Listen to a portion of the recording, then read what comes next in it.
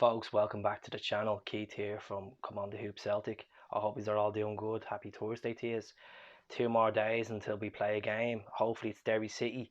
Talks that we might be playing Derry City instead of Dundalk, down to circumstances of the Irish government not letting anyone fly outside Ireland unless it's really important circumstances. So let's hopefully we play Derry. Bit of transfer talk. We're going back in for this keeper, Barkas, Greek international that plays for AEK Athens.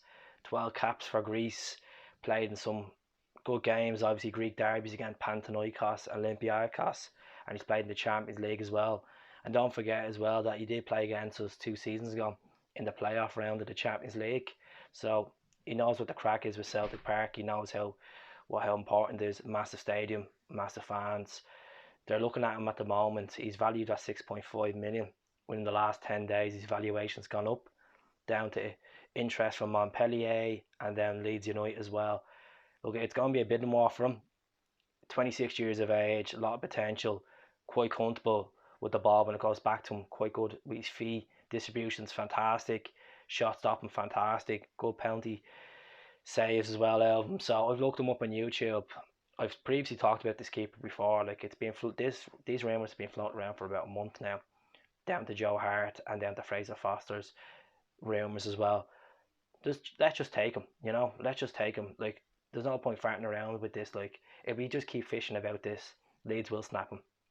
Leeds have a better chance of getting him. Leeds can offer him Premier League football, maybe more competitive salary as well. What we can offer him is European playoffs at the moment, and then win the chance of winning the treble as well. Realistically, he's probably looking at a bigger picture. The Premier League's the best league in the world. He's probably going to go to the Premier League, but it's all down to where our scouts and our chief executive, if we can get him over the line and get him to paradise. As I said, he has that taste of seeing Celtic Park, so let's see what happens. If he can deliver medals and success like Georgios Samaras did, obviously he was Greek, I know it's a different position, I'll be delighted. But there is other talk of Mark Doro coming to Celtic, Newcastle number 2. 29 years of age, not getting much game time for Newcastle at the moment. If we can get him, it will be unbelievable. Like he is a good keeper, like 5 million is still a lot asking for a keeper that's not playing much Premier League football and getting the odd Carling Cup game there and then as well. So let's see what happens with that. There's, as I said, Fraser Foster, can't see it happening. I really can't see it happening unless like he goes back to Southampton, which he has, trains with them, try to get into the Southampton team next season, and hopefully by October, which is the transfer window close time, if he wants to come back to Celtic, he's more welcome to come back. At the moment, a lot of fans are going against him, saying, "Oh, look, he thinks he's bigger than he is." But look, if he's on like argument's sake, I think he's over 70 grand a week, and he's at a club in the Premier League. It's going to be very hard for him to leave Southampton after playing good form for Celtic and having a chance of getting back in there to come back up to us. As much as I hate saying that, I don't think he's willing to take the pay cut. Even if we can offer him, say, 40 grand, I don't know if he's willing to take it. As much as he said around January, there was reports that he's willing to take a pay cut and stay with us permanently. I don't know. I really don't know. It's always down to football agents as well that brainwash them. We'll see what's going on there. Joe Hart, nothing going on with him. There's literally nothing going on with him. He was meant to be coming to us on a free. Hints on Instagram and Twitter, nothing going on. I could see him going off to the MLS at this rate because there's literally nothing going on. I would have loved Joe Hart to come to Celtic, but as I said previously, there's nothing really going on there, so let's see what happens. Ivan Toney, Peterborough striker, good potential. He looks like he's going to go to West Ham. The Peterborough chairman said that basically a Premier League outfit are looking at him and favourite to West Ham to back him, so that's where he's going to go.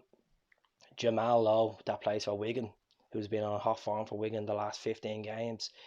Wigan being relegated, he got relegated last night down to a 12-point deduction of administration. Now they can appeal it, but it looks like he's on the market. Wigan are going to look like to sell him for cheap. They obviously bit of funds to cover these administration charges. I'd like to see him come to us. He looks like a good potential.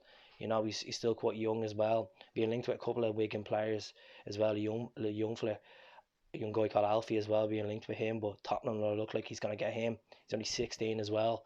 So Tottenham are going to be favourites to back him. But it doesn't look good at the moment. If I was Neil Lennon, I'd be pushing for this goalkeeper, get this over and done with before we kick a ball against Hamilton big time. Because as I said about Scott Bain in the previous video, he was poor against PSG. I know PSG are world class side, and we can't take it for granted. But he pulled off one or two decent saves. But for the game, like the third goal, could have saved.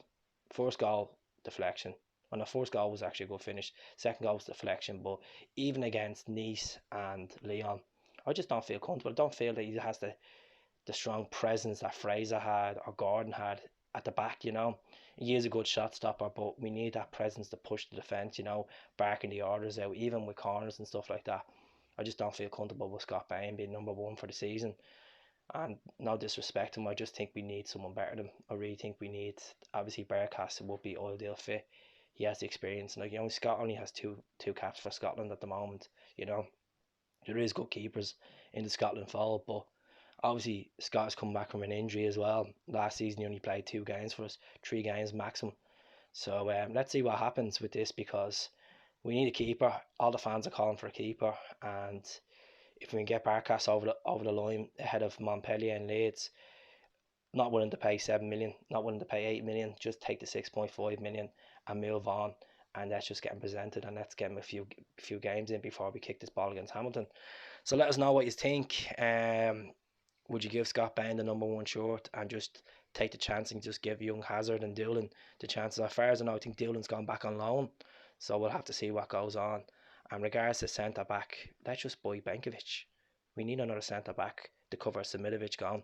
I know we have Al Hamid that can play centre back, and Beaton, and young Welch.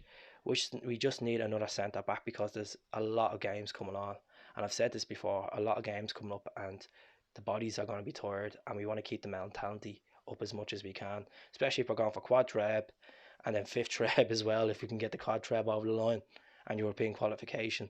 So let us know what you think, Tim. Speak to you all soon. Hail, hail.